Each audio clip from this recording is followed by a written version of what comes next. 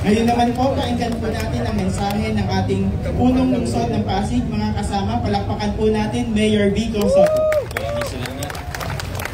Sir Aaron, dapat ginaya mo yung forma ni Sir Bryant ngayong umaga. Magandang umaga po, Vice Mayor Dodot and City Council, ating Congressman Roman, mga department heads, sa mga kawani ng ating pamahalaan, siyempre sa ating national government agencies. Maiksi na lang po, muli po sa ating mga atletang Pasigueño na nagwagi sa palarong pambansa. Congratulations po sa inyo.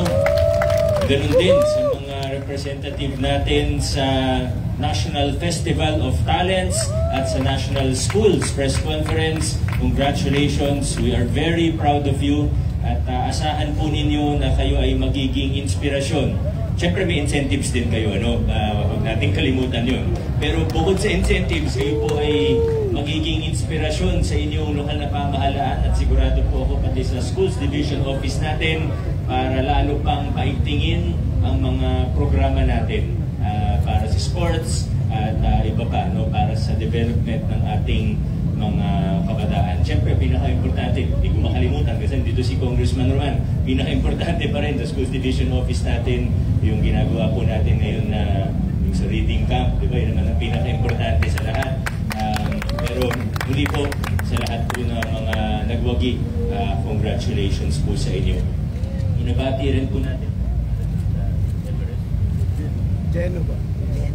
Si Sir Jello, binabati rin po natin ulit. Congratulations, Sir Jello, sa iyong achievement. 10th Filipino, tama po, na nakaakyat sa Mount Everest. We're very proud of you. Siyempre, nakikiramay rin po tayo sa pamilya ni Sir PJ, isang kaibigan. And we will deeply miss Sir PJ Santiago. Nakikiramay tayo sa pamilya, sa Santiago family. Sa lahat po, sa DOH, congratulations sa PCGH, congratulations sa atin. Maraming salamat Dr. Tan, representatives ng PCGH. Medyo mainit na po, kaya hindi ko na masyadong habaan sa ating kandidata sa Miss Philippines, Pilipinas.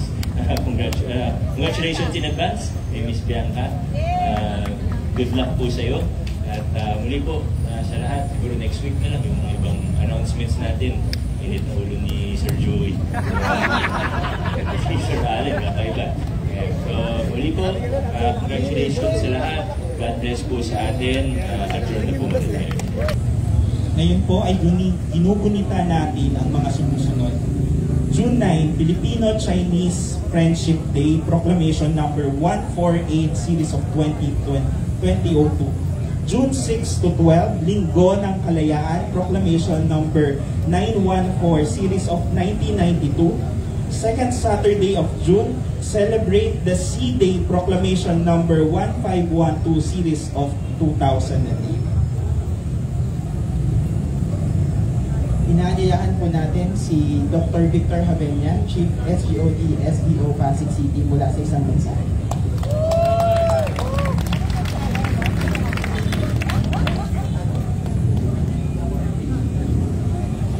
Magandang umaga po sa ating lahat. Magandang umaga po, Mayor, to our Vice Mayor, and to all our City Council. And of course to our Schools Division Superintendent, Pang Cheryl Gayola, Attorney Kat of Education Department, and Sir Reggie. Congressman Roman, magandang umaga po sa inyong lahat. At sa lahat ng kawani ng gobyerno ngayong araw na ito, magandang umaga po. Amin, sa ngalan po ng Kagawaran ng Edukasyon ng Karangalan, na ipapatid sa inyo ang tagumpay na nakamit ng ating lungsod sa iba't ibang paligsahan na naginanap sa Ilocos nitong nakaraan lamang.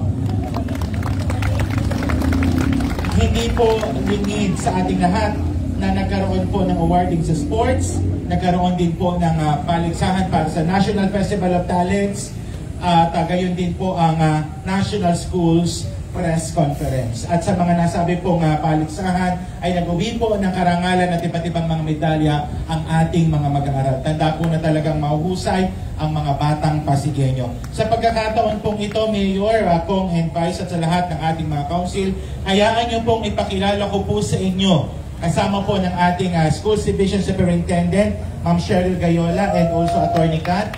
Please join us para po sa pagpaparangal at pagpapakilala sa ating mga batang nagkamit ng nagdala ng karangalan sa ating lungsod sa iba't ibang timpalak na naganap sa Ilocos.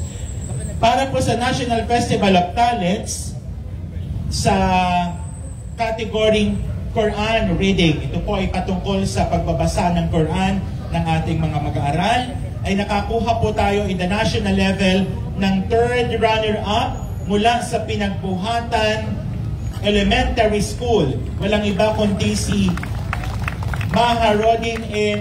Kabili. Kasama ang kanyang trainer, Ma'am Sahila Panungyongan. Kasama ba natin ngayon si Maharodin? Ayan. At syempre, ang kanilang principal ay si Binibining Josephine Makawili. Pangalawa, nagkamit po ng second runner-up para naman sa category Pop Quiz. Ito po ay tungkol sa population quiz po ito na nakuha ng Rizal High School. Walang iba kundi si Covidru Badon. Ayan. Kasama po ang kanyang trainer, si Jonel Santa Ana, at ang kanyang punong guro. Yan, kasama natin Mr. Richard Santos. At ang supervisor na in charge para po sa Araling Panlipunan ay si Ginoong Bernard Balitao.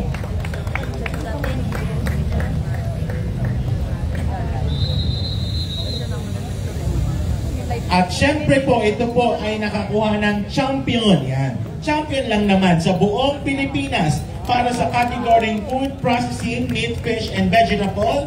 Kasama po natin mula sa REPSI, Romney Cristobal and Samantha Stephanie Umutoy. Ang kanilang tagapagsanay, Miss Merly Gonzalez, at ang kanilang principal kasama natin, Miss Weng de Magiba. Sila po ang pinakamahusay, ang mga batang ito ang pinakamahusay pagdating sa food processing sa buong Pilipinas. Yan. Okay. So, yan po, meron po tayong tatlong categories para po sa National Festival of Talents. Let's move on to National School Press Conference na nagkamit naman po para sa category pagsulat ng column na nakakuha ng ika-4 na pwesto. At para po sa kabatiran ng lahat, bawat category po ay hindi lamang isang bata ang lumalahok. So ibig sabihin, kung mayroon po tayong 16 o 13 o 16 na rehiyon, hindi lamang po 16 na bata ang sumasali. So napakarami po mga bata ang lumalahok dito. At kapag ikaw ay pumasok sa top 10 para dito sa School Press Conference, ay malaking karangalan na po. At para sa fourth place po sa pagsulat ng column ay nakuha ng isa sa mga mag-aaral natin from Pasig Catholic College, secondary level, Mark Adrian Alvarez. At ang kanyang tagapagsanay ay si Miss Hannah Angela Andres mula sa Pasig Catholic College. Congratulations!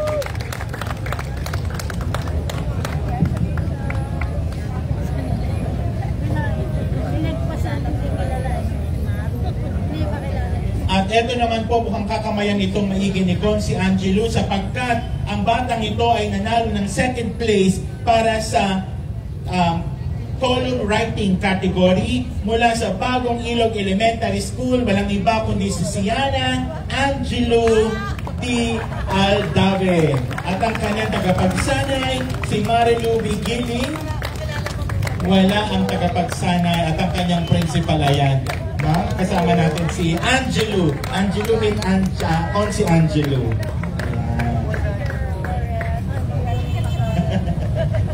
Okay. So sila po ang mga batang nagsipagwagi at nagbigay ng karangalan para sa ating lungsod, para sa dalawang category, the National Festival of Talents and also National Schools Press Conference. At para naman po sa sports, ay tinatawagan po natin si Sir. Picture mo na. Okay, sige po.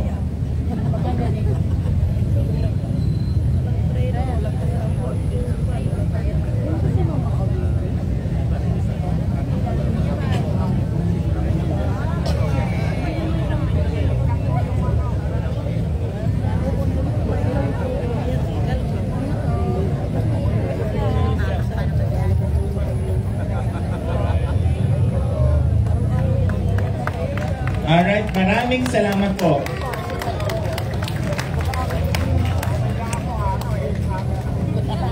Maraming salamat po. At kapiling na rin po natin ang ating kinatawan sa Kongreso, kagalang-galang Congressman Roman Romeo. Good morning po.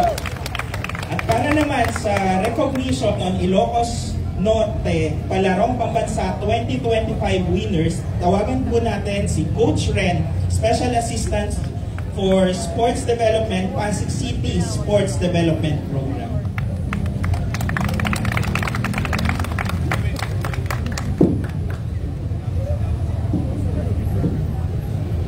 Magandang umaga po sa inyong lahat. Ngayon ay kikilalanin natin at ipagdiriwang ang mga magigiting na atletang Pasigueño na lumahok sa nakaraang Palarong Pambansa dito lang ika-20 ng Mayo hanggang ika-2 ng Hunyo sa Ilocos Norte. Ang SDO Pasig ay nagwagi ng mga medalya at kinalala bilang pang-apat sa Best Overall Performing Divisions mula sa 117 divisions sa buong bansa. Narito ang mga atleta, kasama ang kanilang mga coaches at trainers, para ipagbunyi kanilang pagbuwagi at pagbibigay tangal sa lungsod ng Pasig at sa Kalakhang, Maynila. Simulan po natin sa secondary level, sa larangan ng gymnastics, na kung saan sila ay nag-uwi ng mga gold at silver medals. Kasama po natin sa men's artistic gymnastics, si Hinarion Panis III at si King CJ Pernia. Palakpakan po natin sila. Kasama po nila ang kanilang coach, si Coach Matthew Bundy, at ang team trainer na si Coach Rafi Capito.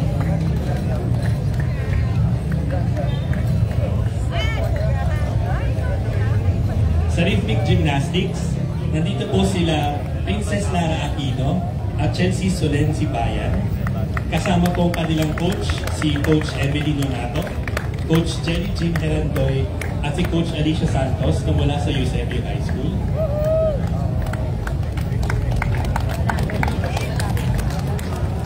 Nagwagi din mula sa Women's Artistic Gymnastics, sina Zayana Isabel Enriquez at sila Trishelle Debra. Kasama po silang Coach Teresita Babong na mula sa Rizal High School. Okay. Kasama po sa pagkilalaki na si King CJ Pernia, Princess Lara Aquino at kay Zayana Isabel Enriquez na kinilalang most bemedaled athletes sa larangan po ng gymnastics. Gayunpaman, sa larong athletics, si Dexter James Angay-Angay ay nagwagi ng gold medal sa larong 4x100 meters kasama po si Coach Jeneline Arabit na mula sa Rizal High School. Sa koponan ng softball, ang Team NCR ay nagwagi ng gold medal. Kalahok po dito sina Leanne Bailen, Ana Marie Piza at Francine Jane Lagas na mula po sa Rizal High School. Kasama po nila si Coach Angeline Ebrio sa pagwawagi.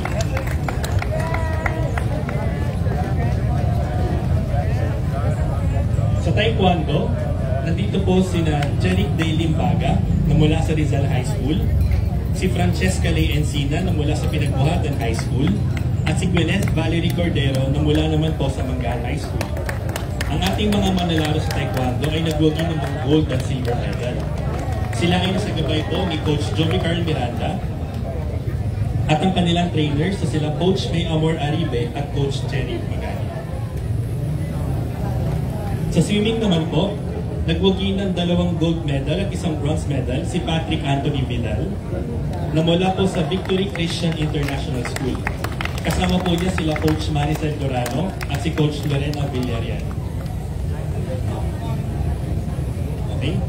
Next naman po sa Wushu, nagwagi po ng silver medal sina Cheris Yuna Mercado at si Tyrone Hamburillo na mula po sa Rizal High School.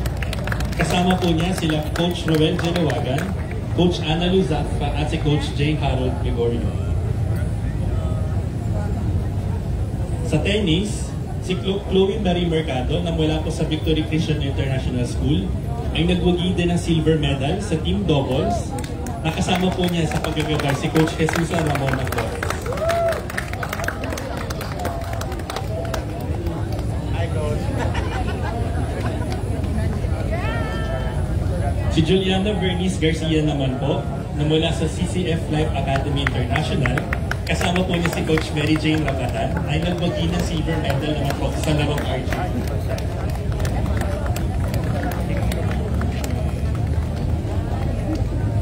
Samantala, ang ating koponan sa sepak takraw na kinabibilangan po nila Samuel Almirol, Aljemar Benedicto, Miguel Celis, Raymark Gain, Isaiah Kyle Herona, Jamir Ichigo Macahilas, John Cedric Martinez, John Paul Rivera, at ni Lawrence Rivera, kasama po sila Coach Jonathan Valles, Coach Ian Almirol, Coach Romark Bendo, at Coach JC Dorao, kung saan sila po ay nagwagi ng bronze medal sa Regu event ng sepak takraw. Sila po ay mula sa Santa Lucia High School.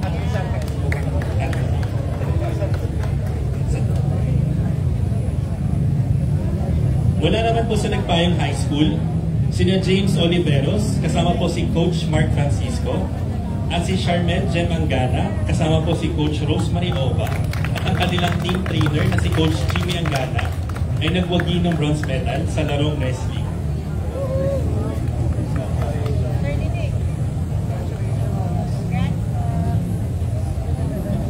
Sa elementary level naman po, nagwagi ng gold medal ang koponan ng basketball boys. Nakasali po si Roel Patrick Tumbaga, kasama si Coach Elmer Vercelles na mula po sa Nagpayong High School.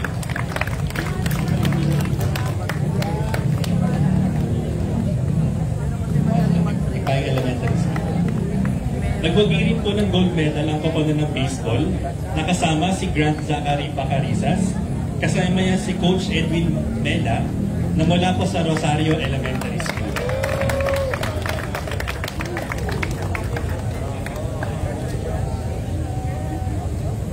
Si Kyle Jasmine Clarito, sa larong chess naman po, na mula sa Sacred Heart Academy of Pasig, ay nagwagi ng silver medal sa standard team.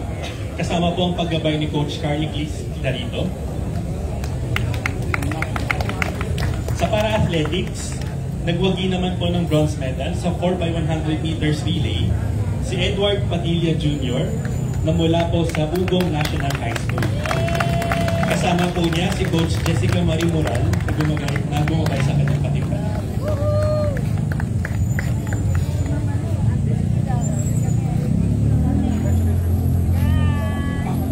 At hindi rin po magpapahuli ang ating mga atleta mula sa Nagpayong High School na lumahok po sa pagbabalik ng weightlifting as demo sport. Nagwagi po ng bronze medal sina Rainy Joy Espina, Arian Barlaan, Josepos Magadan at si Shamsi Arellano, kasama po ang kanilang coaches sa sila Coach Juanito Paredes Jr., Coach JJ Adatu, at si Coach Edmundo Jose Carlano. Palakpakan po natin sila. At maraming salamat po muli sa ating mga atleta, sa coaches at trainers, sa pagbibigay ng salungsat po ng music. Picture lang po po.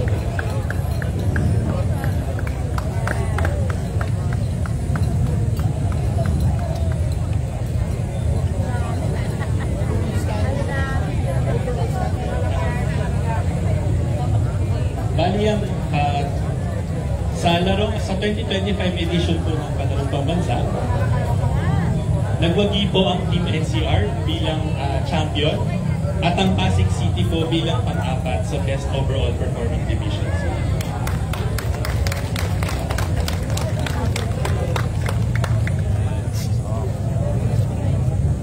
Sige po rito.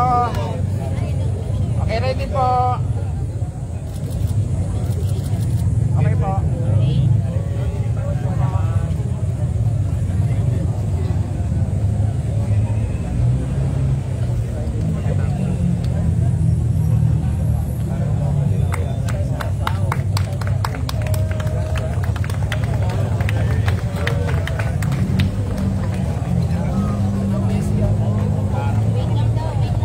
At Mayor at sa ating pong Congressman Roman and Vice at sa lahat ng ating sabi niyang panglungsod, ipapakita po sa inyo at ibibigay ng ating superintendent ang pangkalahatang resulta at pwesto ng Pasig para sa Palarong Pambansa 2025.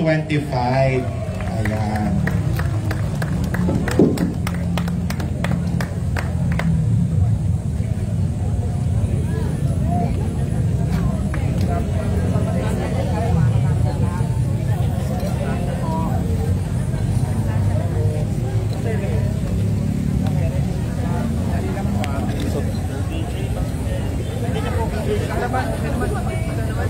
Muli, palampakan po natin na ang galing ng Pasig.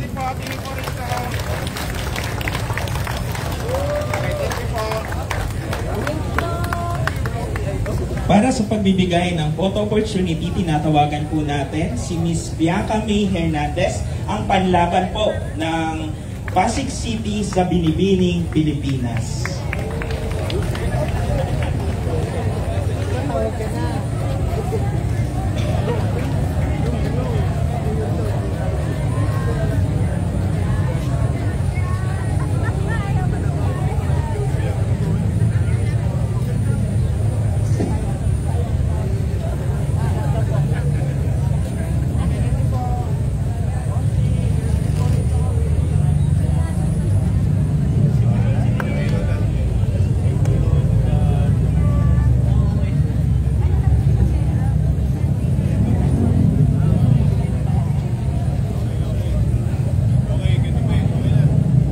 Maraming salamat, Miss Bianca May Hernandez. Suportahan po natin siya sa kanyang laban sa Binibining, Pilipinas. At sa pagpapatuloy po ng ating pagbibigay parangal para sa recognition of outstanding Pasigueño Mountaineers para kay Mr. Geno Panganiban at kay PJ Santiago, tinatawagan po natin si Mr. Reggie Tugawin. Magandang umaga po, Mayor, Vice Mayor, Pangulumanan sa City Councilors natin. Sa umaga pong ito, binibigyang parangal ng lungsod ng Pasig ang katangi-tanging achievement ng isang Pasigueño, isang taga de La Paz, na nakaabot sa pinakatuktok ng Mount Everest. Kaya niyo po akong basahin ang resolution na ipinasa ng ating sangguniang panlungsod. Resolution recognizing and commending Elaine John Geno Panganiban for his outstanding accomplishment of reaching the summit of Mount Everest on 18 May 2025. At yung relevant provisions na lang po. Whereas Mount Everest is the world's tallest mountain on the crest of the Great Himalayas of Southern Asia between Nepal and Tibet, with an elevation of 8,848 meters above sea level. Its high altitude, unpredictable weather, and dangerous terrain create an extremely challenging environment and pose many great risks to climbers. That to reach the summit is an outstanding and commendable accomplishment of both the mind and body. Whereas on 18 May 2025, Elaine John Geno Panganiban, a 30-year-old Filipino mountaineer born and raised in Barangay de La Paz, Pasig City, successfully scaled the summit of Mount Everest after several weeks of braving harsh conditions and tests of rigor, being only the 10th Filipino to do so. 10 Pilipino pa lang po bago siya ang nakatarating sa tuktok ng Mount Everest. Whereas the city government of Pasig recognizes and commends the outstanding accomplishment of Elaine John Geno Panganiban in conquering Mount Everest and for bringing great pride and honor to the city of Pasig and the Philippines. Now therefore, and upon motion duly seconded, the Sangguniang Panlungsod resolves, as it is hereby resolved, to recognize and commend Elaine John Geno Panganiban for his outstanding accomplishment of reaching the summit of Mount Everest on 18 May 2025. Resolve further that a copy of this resolution be furnished to Geno Panganiban as a token of the city government's recognition and gratitude for his outstanding accomplishment. Congratulations po kay Geno Panganiban at sa kanyang mga kasama sa expedition na ito. Kasama po ni Mr. Panganiban ang kanyang pamilya. Sila po ay naninirahan sa De La Paz, Barangay de La Paz ng lungsod ng Pasig. Kahapon lamang dumating ang grupo ni Mr. Panganiban pabalik ng Pilipinas at ngayon po ay kasama natin siya para tanggapin ang City Council Resolution.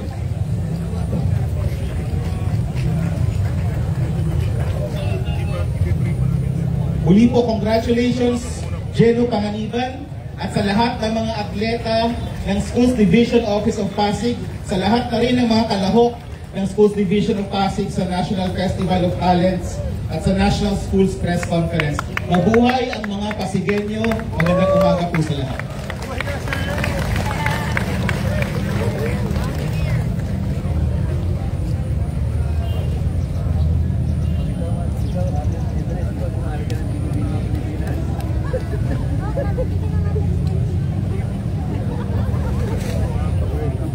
Muli, palakpakan po po natin ang galing ng Pasig.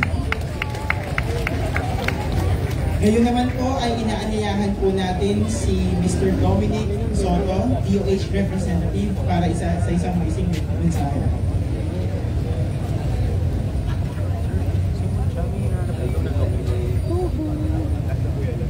Good morning po sa ating lahat.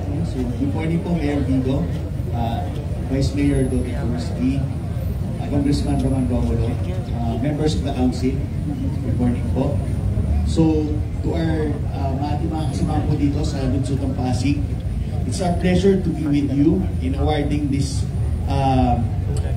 Mother Baby Friendly Health Facility Award, accreditation po. This recognition is a testament of the hospital's unwavering commitment to provide quality, compassionate care that supports the health and well-being of mothers and their babies. So, today we celebrate a significant milestone in our journey towards creating a more nurturing and supportive environment for our families. So today po, i-award po namin to from the Department of Health, itong Certificate of Accreditation. So, may I call on po our Regional Director, our Division Chief, Dr. Lester Tan, and Dr. Janice Felicido. And of course, our members po from the PCGH team headed by Dr. Paul Castro. So let me read the citation po of this award. Certificate of Accreditation as a mother-baby friendly health facility is awarded to Pasig City General Hospital for complying with the standards set by the Department of Health and exemplifying its commitment to safe, high-quality, and effective maternal and neonatal care. So yan po. So, of course, to award po this certificate po, ito po.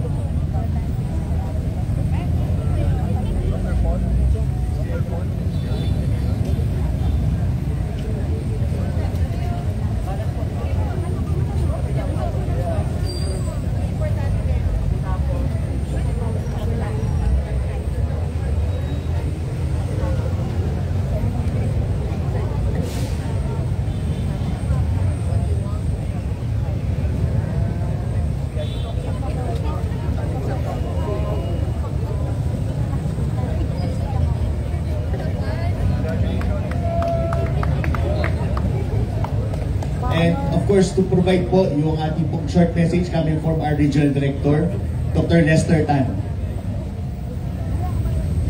Magandang umaga po sa inyong lahat, Mayor Vico Soto, Congressman Roman Romulo, Vice Mayor Dudut Jaworski, mga miyembro po ng Sangguniang Panglunsod, Dr. Joseph Panaligan, Dr. Paulo Castro, mga department heads at lahat po ng kawani ng Pasig City.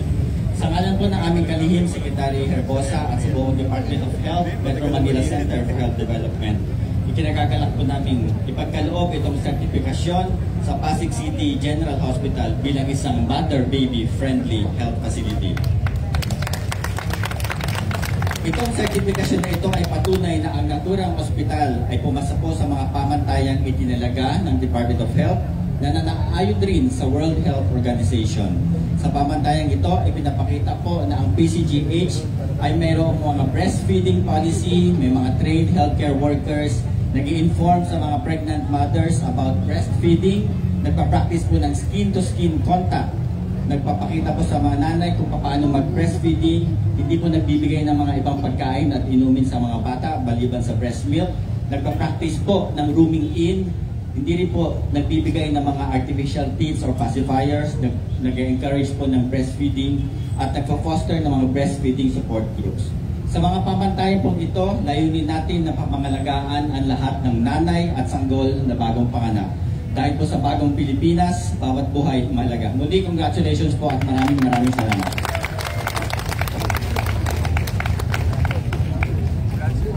Muli, maraming salamat Dr. Lester Tan. Maraming salamat po sa mga departamento na nangasiwa sa maikling programa sa umagang ito. Mula sa Economic and Environmental Sector, ako po si Aaron Jacob Omanya galing sa Pasig City DRRMO. Ako naman po si Ramon Carlos Cayube mula din sa Pasig City DRFO. Kami ang mga naging guro ng palatuntunan ngayong umaga. Maraming salamat po.